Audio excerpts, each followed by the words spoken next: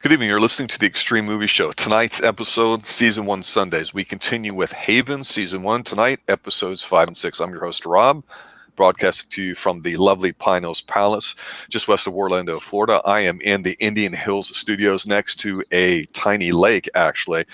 Gentlemen on the phone with me tonight, I should say on the set line, is RDV and Professor Pixel, who've been with me for the past 2 weeks covering the sci-fi show Haven, based off the Colorado Kid with Stephen King. The first episode is what? Aging Men, gentlemen. Episode 5.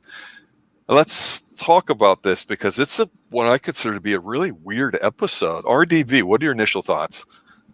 I remember this episode, and I remember it being great. Like you said, aging like this. Obviously, this had to do with time travel. No. That's later in the show, allegedly. No, it's good. So you liked it? I don't know. I thought it was pretty good. For being what it is, the first season. We're learning more about what's going on behind the scenes. Get a little bit more, but I love the whole mystery. We're seeing more of Nathan kind of trying to flirt a little bit with Audrey a little bit. Successfully, in my opinion, because I'm going to rant on him a little bit myself. Yeah, it's weird, but it's weird because of the quote unquote troubled person here. What about you, Pixel?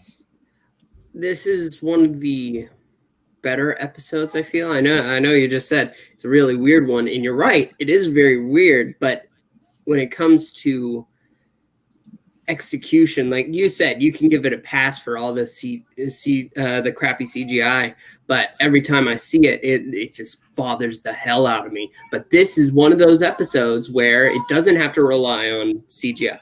It's mostly makeup. So bad makeup. Yeah, whenever they talk about that first guy, wow, he's 100. Yeah, I don't think so.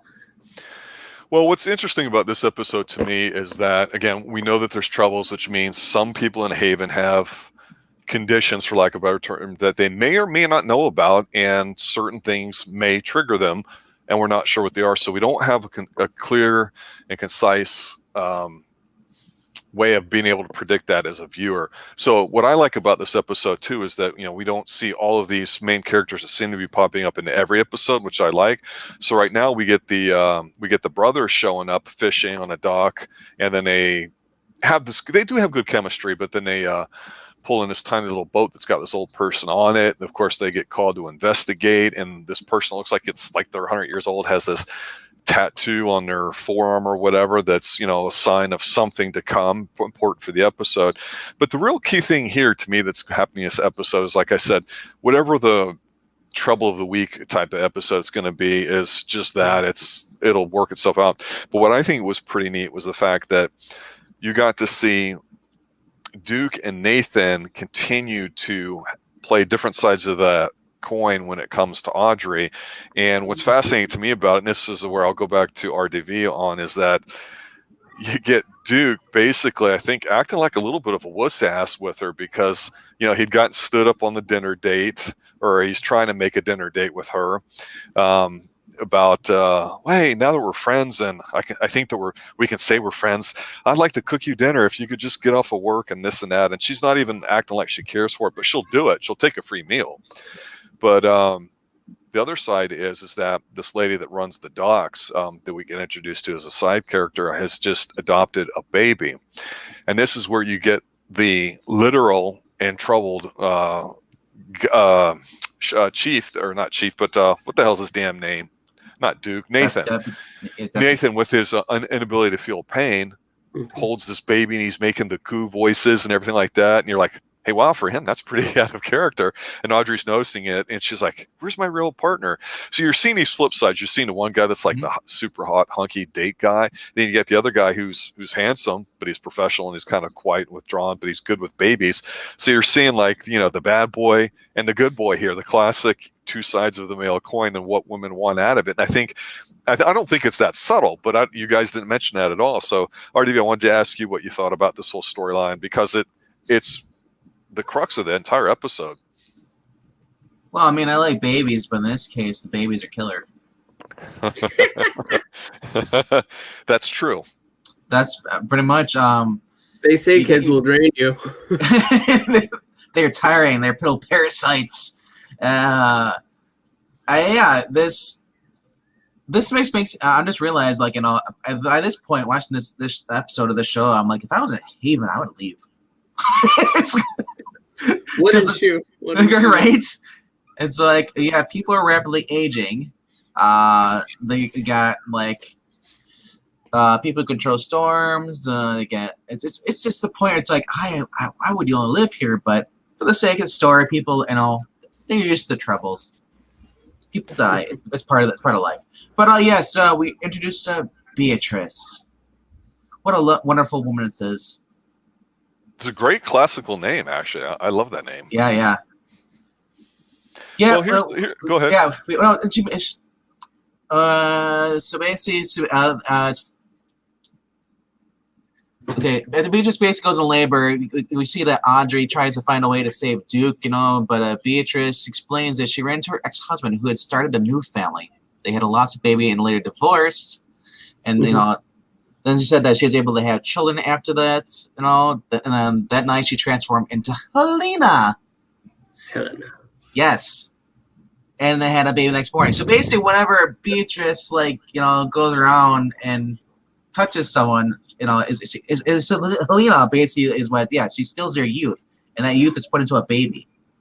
Well, and that's something that we don't find out till much later in the episode, because all we see is Audrey having a drink at the Grey Gull and talking to Duke about stuff. She sees this very beautiful woman. She's got a nice summer dress on. She's not too trampy looking, not showing any cleavage, but looking very elegant. But she's getting all macked on with this. Well, this is right after right after Audrey stood up Duke. He's gonna act like a little bitch. So we're in line. So the thing about that is, I guess I can see why you would say Duke is acting kind of like a wuss. But at the same time, at least he won the bet. Well, but here's the thing, though. Like I said, it's flip sides of, it's the yin yang thing. We guys have that asshole guy and it's that dark side, the bad boy all the girls love. And then, of course, we have the good side, the productive side, the we're not thinking with our little head side, and that's where I kind of think these two characters are so obvious, with Audrey being in the middle, because with Duke, Audrey's sociable with him. She doesn't trust him. She doesn't seem to care for him. He kind of to me, it seems like the vibe she gets, because she is a professional federal agent that is competent. He gives her, bad creeper vibes, so she knows what he is already, and she doesn't seem like she's totally going crazy about him. And he's trying. She's not showing any signs of interest. When she's in work mode, you got to leave her alone. And he's trying to sweet talk her and this and that. And that's what I mean by that. He's trying. You shouldn't be trying with a woman. If she's not interested in you, you don't think she is at all, she's not overly flirty with you, don't bother. Now, he's a good-looking dude. He's very resourceful. He's a major figure in the show. We'll see what happens later as the episode goes on, or actually the rest of the season and show. But really, I think that's the kind of love triangle thing that makes it interesting. But, you'd mentioned something before about, Pixel, about how the show kind of does a good job executing. And, there's a little talk about when they're trying to get a local artist to actually draw the picture of the bad guy. It's one of the newspaper brothers, and they're kind of bickering with each other. And he's like, "Well, what's that?" And he's like, "Well, it's a Hermes scarf." And he's like, "Why?" And he's like, "Well, you said she was European." There's some quick little kind of details like that they get in here. But here's another one. You had mentioned before about how there's different spots in the town. They go to talk to Eleanor, who's the EMT that I believe we'd seen once before. She's the NEMT in the town corner, but she's on the tennis court and they're talking, and it's kind of neat because you get to see the Haven Tennis Club, which is like 3 courts, right? But then another guy comes and he dies. So it's kind of whodunit. We don't know what's going on. We're getting a pattern of these men doing it. We find out that this real beautiful woman they're trying to track down is, related for it. Of course, the guy that was on the boat first was a fisherman getting lobsters, and that's a main thing, allegedly, where it's set.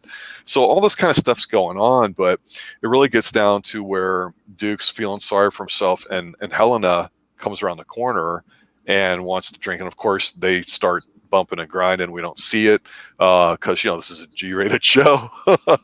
But this is what's weird about it, because Pixel, you said before about the execution. It was very blurry to me what the hell was going on until Duke and Helena made sweet, sweet love, and we knew he was going to be in trouble because he woke up with gray hair. Because I'm like, okay, she's got a trouble, but we don't know how she get it. Should she be arrested? Should she not? You had mentioned before with the crazy people that got sane in an episode or two before, how there's kind of a happy ending. I don't know that because she literally has a baby. So towards the end of this episode, when they find out what's going on, they end up in this lighthouse. And I don't know what you guys think, but for me, for this episode, I just love the whole setting here. It just feels like you're there. Like I say, the way they film the show is really great.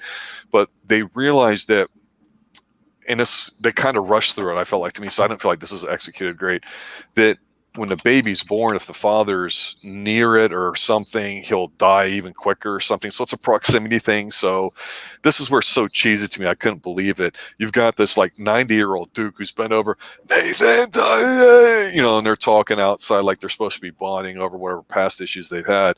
They bring the baby close. Audrey's just trying to, and it kind of makes Duke return to like normal aging. I didn't really care for it. It just kind of didn't work well for me. What were you guys thoughts about this? She was trying to take the baby to him to see if that would help. It made it worse. Yeah, because Beatrice said the baby, and they moved it to Nebraska, and that's why he returned back to normal. Yeah, because Beatrice originally said, "Look, well, if the father touches the baby, it made him worse." So she said, "Like, I have to get the baby out of here." As soon as she did that, if the father touches the baby or the mother. So, and then this whole while, Duke didn't even know he even had a kid. So then at the end of the episode, she goes to Duke and says, like, "Hey, you had a daughter." And he's like, "Wow." He's like, "And you can never see her." And it kind of just distraughts him, just breaks him down. He's like, "Dude." But you're right. And Audrey's delivery then, when she's telling him, though, is so stone-faced killer. I got a little respect for her because I'm like, she's saying the hard stuff, what needs to be said, but you don't see her going, "Oh, I'm going to try to be nice to him about it." She's like very straightforward, and she's being the best way you can be. She's being professional about it. She doesn't look like she's got some sort of emotional "oh, I feel bad for him" vibe. That's why I say I feel like he's kind of a wuss in this episode, because the cynical thing is oh, here's a playboy guy that has a baby, but now he has a daughter, but now he can't ever be with her. He can only love her from afar. And I'm like, really? I don't know. So after that, Duke basically kind of walks away, trying to cut himself, and he sees Nathan waiting for him outside. And Nathan kind of looks at him for a minute, and then leaves. Yep. So Nathan gets out right there, and then Nathan, even though they're enemies, Nathan realized what happened. He kind of feels bad for Duke. Yeah, Pixel, what about you in this ending scene? Do you mean the absolute ending where they lock Helena up every single night now, or at least every Friday night, I guess? Yeah, so that's where I say it was kind of unclear because she's chained into the lighthouse, I think. So she can leave. Yeah. Well, no, it's not forever. It's just until she turns back. No. It's basically alone for her transformation to Helena. She's like a werewolf if a werewolf turned into a beautiful woman. Yeah. Exactly.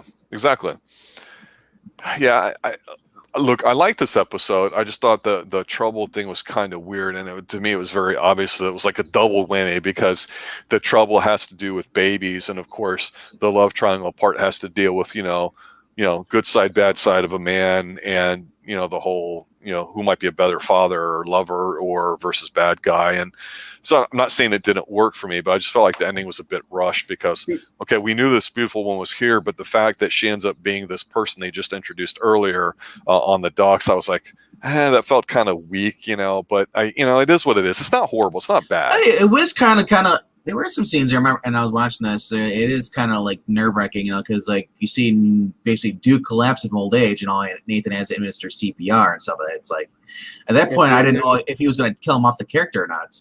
I originally first saw this the first time. It's my second time watching it. Right.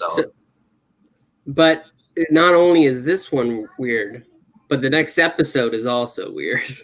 Well, you're right, and that's what we're going to get to next. And episode 6, season 1 of Haven is called Fur. And sometimes simplicity is its own genius because it's totally what this episode is about, although this is a weird episode too. And I don't mean weird as in dumb, but weird as in, okay, I wasn't expecting this to be on a TV show, but I guess why the hell not?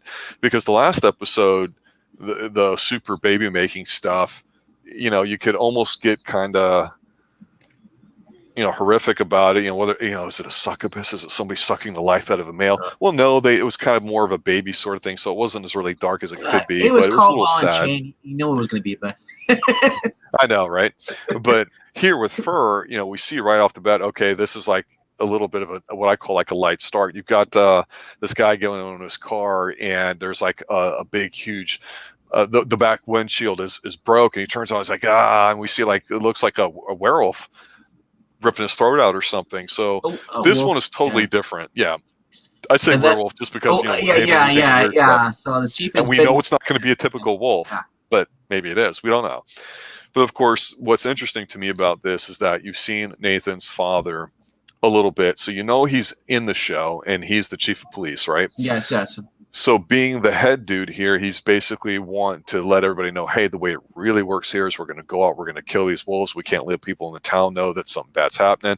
They're like, hey, you got to give us a day, because if not, and something bad happens, we don't research, it's going to look like we're hiding things. It was a nice little exchange of dialogue, again, making the town almost in a way, like I say, a character that you don't see, visually, unless it's the landscape, because that is the kind of stuff that happens in a small town. And it was a professional exchange between the groups.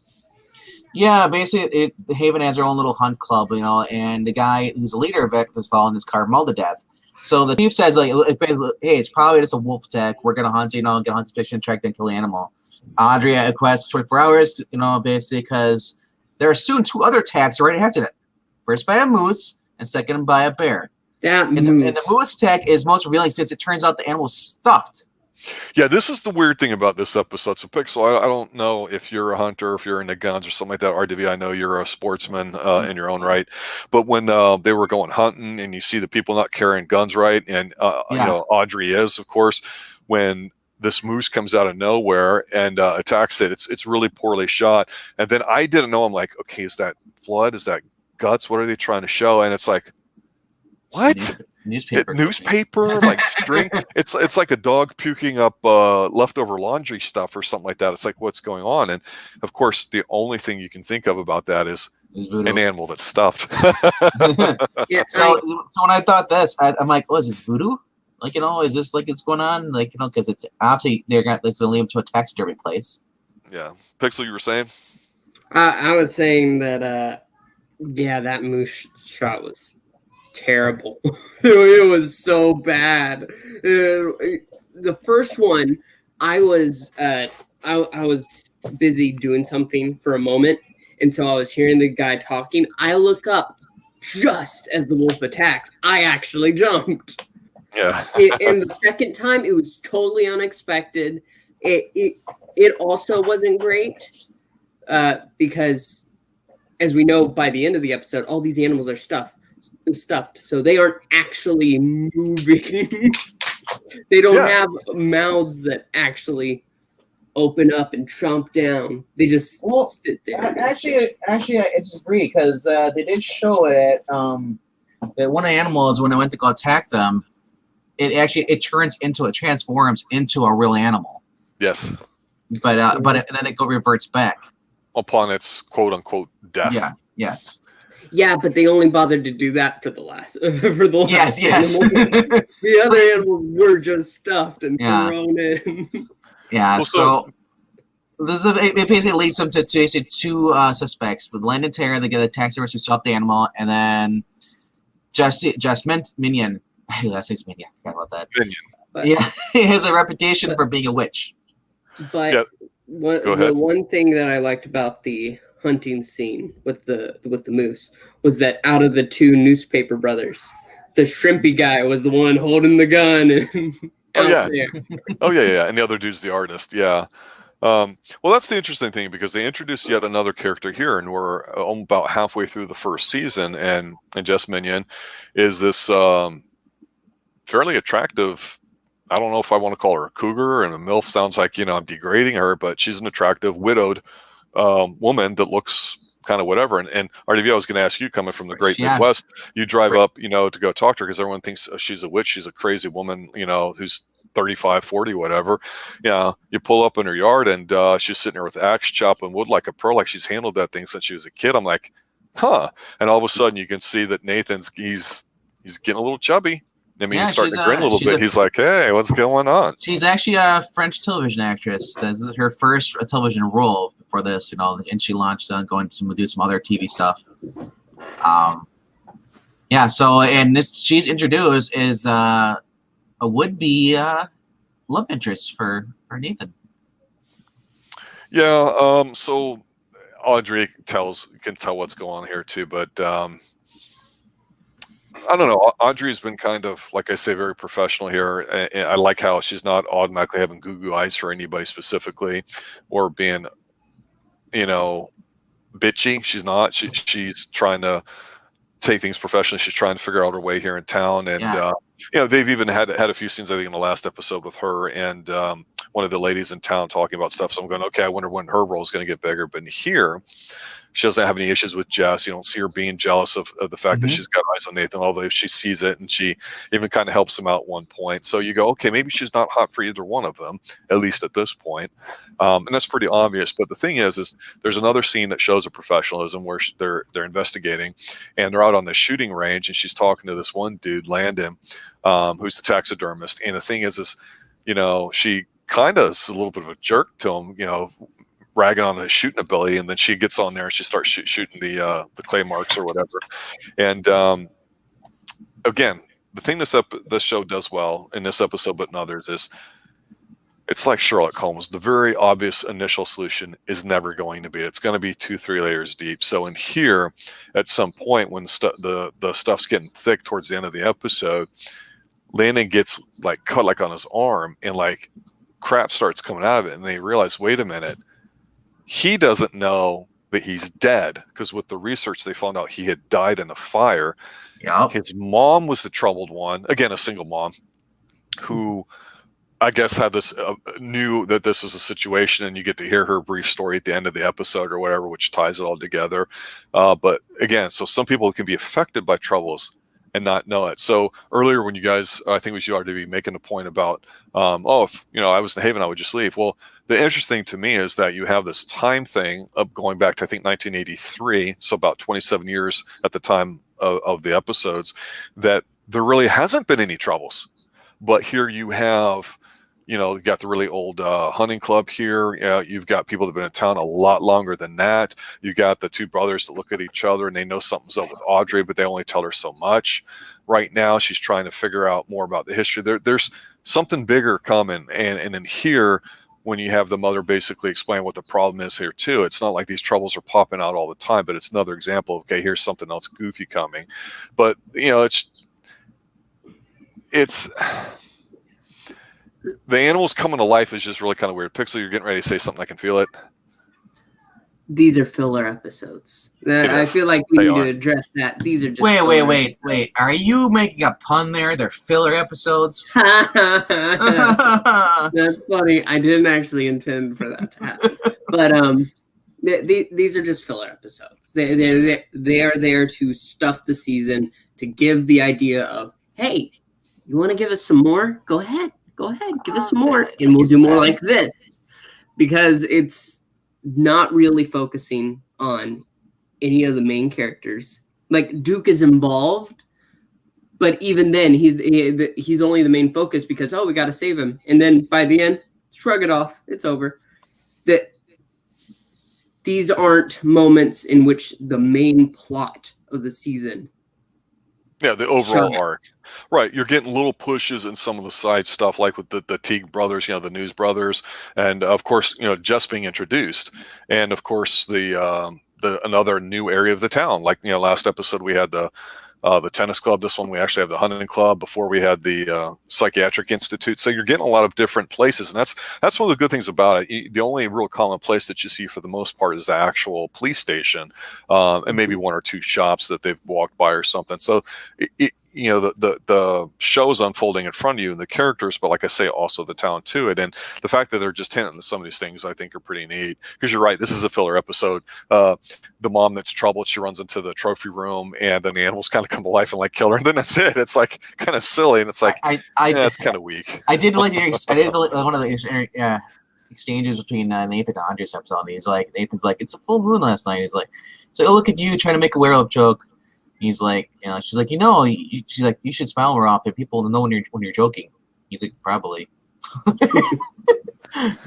Yeah, well, overall, I did like these episodes. I think they were pretty good. What were you saying, Pixel? I was saying, that's what these episodes can do. They have the exchanges that we like, while honestly, it's not too important. Yeah, I would agree with that. I think by now, though, most of these episodes, 6 episodes in so far to season 1 here, we've seen what the show's trying to do, and I think we're now starting to get a feel for how they're going about doing it. I think it's still a little early with the characters, exactly how many we're going to get and how much they're going to be involved.